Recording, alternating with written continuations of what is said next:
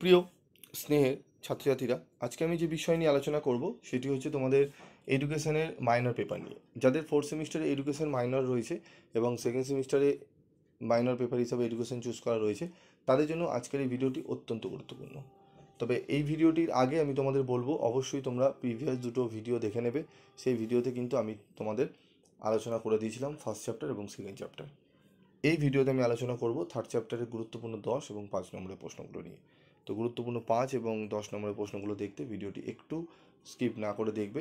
বিষয়গুলো যে কথাগুলো বলবো সেগুলোও কিন্তু তোমাদের শোনা দরকার। তোমরা অনেকেই স্কিপ করে স্ক্রিনশট নিয়ে চলে যাও, কিন্তু পরে বুঝতে পারো না, আবার সেই কমেন্ট বক্সে বা হোয়াটসঅ্যাপে কোশ্চেন করো। বিষয়গুলো একটু ভালো করে বুঝে নাও। তো প্রথম অধ্যায় এবং দ্বিতীয় অধ্যায় যারা মনে করছে না স্যার আমরা এত পড়তে পারবো না, সময় নেই, কাজকর্ম করি, খুব কম পড়বো, তাদেরকে বলবো প্রথম যে দুটো ভিডিও দিয়েছি ফার্স্ট চ্যাপ্টার এবং সেকেন্ড চ্যাপ্টার, সেই দুটো চ্যাপ্টার যদি ভালো করে যাও, সেখান থেকে পড়ে গেলেই তোমরা 80 থেকে 90% অ্যান্সার করে আসতে পারবে। 80 থেকে 90%, হয়তো 100% হতে পারে, ঠিক আছে, অ্যান্সার করে আসতে পারছো। তবে যারা মনে করছে না স্যার আমরা থার্ড চ্যাপ্টারটা পড়বো, সেকেন্ড চ্যাপ্টারটা একটু বাদ দেবো, তাহলে থার্ড চ্যাপ্টার ভালো করে তোমরা দেখে নাও। তো দেখো, 10 নম্বরে যে প্রশ্নটি পড়বে সেটি হচ্ছে বুদ্ধির সংজ্ঞা দাও, বুদ্ধি পরিমাপের একটি আদর্শায়িত অভিক্ষা বর্ণনা করো। এই প্রশ্নটি পড়বে। গিলফোর্ডের বুদ্ধিমত্তা তত্ত্বটি সংক্ষেপে লেখো। এই তত্ত্বের শিক্ষাগত তাৎপর্য উল্লেখ করো। প্রশ্নটি ভালো করে পড়বে। বুদ্ধির অভিক্ষার শ্রেণীবিভাগ করো।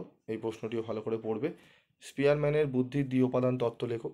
এই 4টি প্রশ্নের মধ্যে প্রথম 3টি প্রশ্ন অত্যন্ত গুরুত্বপূর্ণ, খুব ভালো করে তোমাদের পড়তে হবে। প্রাক্ষবিক বুদ্ধির ধারণা লেখো। প্রাক্ষবিক হবে, এটা ফলাফল আকার হবে, হ্যাঁ। তো এই 5টি প্রশ্নের মধ্যে প্রথম 4টি প্রশ্ন পড়লেই আশা করি তোমরা এখান থেকে কোশ্চেন কমন পেয়ে যাবে। ওকে, এবার হচ্ছে প্রশ্নের মান 5। 5 নম্বর প্রশ্ন নিয়ে পড়বো। 1 নম্বর, স্পিয়ারম্যানের দ্বি-উপাদান তত্ত্ব আলোচনা করো। এই প্রশ্নটি ভালো করে পড়তে হবে আমাদের। তারপর রয়েছে 2 নম্বর, শিক্ষাক্ষেত্রে বুদ্ধি অভিক্ষার ব্যবহার বা উপযোগিতা লেখো। এই প্রশ্নটি ভালো করে পড়বো। বুদ্ধাঙ্ক বলতে কী বোঝো? বুদ্ধির ধারণা দাও, ঠিক আছে। টোটাল এখানে 4টি প্রশ্ন আমি রেখেছি। এই 4টি প্রশ্ন পড়ে নিলে আশা করি এখান থেকেই তোমরা 100% কোশ্চেন কমন পেয়ে যাবে। তাহলে ওপরে 5টি টোটাল প্রশ্ন, তার মধ্যে প্রথম 4টি এবং 5 নম্বরে 4টি প্রশ্নই রেখেছি। এই 4টি প্রশ্ন পড়ে গেলেই আশা করি তোমাদের কিন্তু কমপ্লিট হয়ে যাবে, ঠিক আছে। তবে আমি তোমাদের একটু আগে একটা ভিডিও দেখবে, আমি স্ক্যানারগুলো করে দিয়েছিলাম, ইয়ারের কোনগুলো এসেছিলো সেগুলো আমি বলে দিয়েছিলাম। তো আজকের মতো ভিডিওটি শেষ করছি। দেখা হচ্ছে পরবর্তী ভিডিওতে। সকলে ভালো থেকো, সুস্থ থেকো।